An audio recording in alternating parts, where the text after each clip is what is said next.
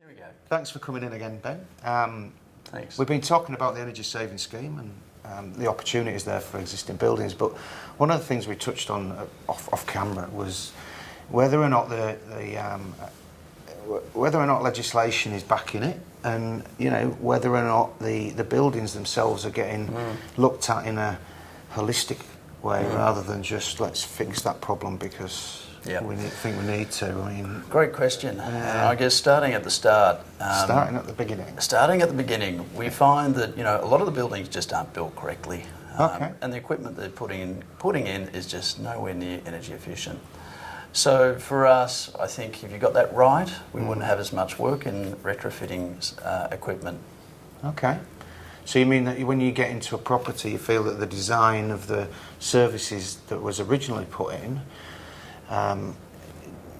is that from the point of view of that there's better approaches now, or is it that was what was done in 1984, therefore that's what they did? Or? Yeah, correct. I think we're following old methods and old trends, and that's the way it's always been done. Right. There's certainly programs where they are pushing for better building design and better equipment, because your total cost of ownership will come down eventually. Yep. It's not always about the cheapest price up front. So the sustainable design piece, which is, there's things around Green Star and stuff, but that could be around a bike shed or something like that, and I suppose I guess the struggle with the environment in Australia especially is the heat. The heat. So you've got to do something about that, and you need to run the aircon. And often the best energy efficiency is actually behavioural control. Right. We see offices where it'd be almost snowing. It's that cold. So, knock it up to 23 degrees, it's quite comfortable, you'll save a lot of energy. That's some free advice. So there you go.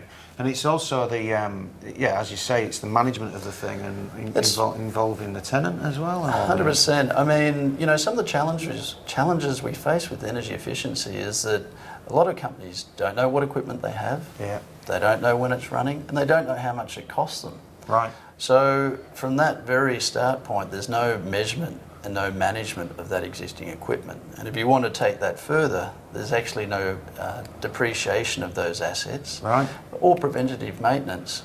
We do get and see a lot of call-outs for a boiler that's blown up on Sunday night, and invariably they're going to have to pay for something off the shelf, which is not what they wanted, and for twice the price.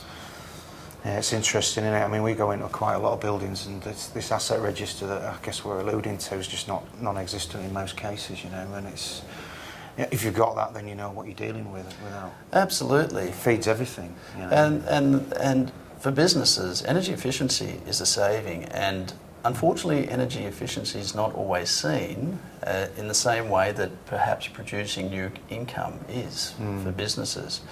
So there's definitely some obvious roadblocks there, but for the smart businesses and the smart money, they are taking action on that. And some of the rewards you're getting are good as well. Well, that's icing on the cake, really. And it's money they didn't expect. So the programs are here to help, and it's probably as good as it's going to get. It's as good as it's going to get. I think so. We just need more people to know about it. It's all awareness. So much money and funding's left on the table. It's quite incredible. Oh, really? Yep. There's a lot of upgrades, retrofits, but by the time we're engaged, it's too late. Right. Yeah. Well, there's a message to everybody out there who's got a building. If you are doing a retrofit and you are looking at doing life cycle upgrades, think about what you can actually make in the back pocket on the way through, because it's at the end of the day, it's a reduction in capex. Increases the value of the building. 100%. You attract better tenants. It's a better working environment for them. The program is that strong for lighting. It's actually offset nearly all of the costs for that project. Wow. So, more recently, a chiller upgrade in New South Wales Art Gallery, they got over $140,000 back. So that was funding they didn't expect necessarily, but we were able to create a reward on that. And the project was going to happen anyway? It was going to happen anyway. It was a significant chiller upgrade with some pretty tight boundaries around what they wanted to achieve out of that. But they saved a lot of energy. That's great. It's great. And you did mention also that you can actually, if you've got the right mix of product and also the approach into new buildings, there's stuff out there as well to help with that payment. Absolutely. There is a reward for new equipment, as long as that is a GEMS registered equipment. It'll Right. cover most things like around air conditioners and boilers. There's a reward for that too. So for new build, absolutely. It's just as easy to, or there's a path to go down, but you can get it. There's money there.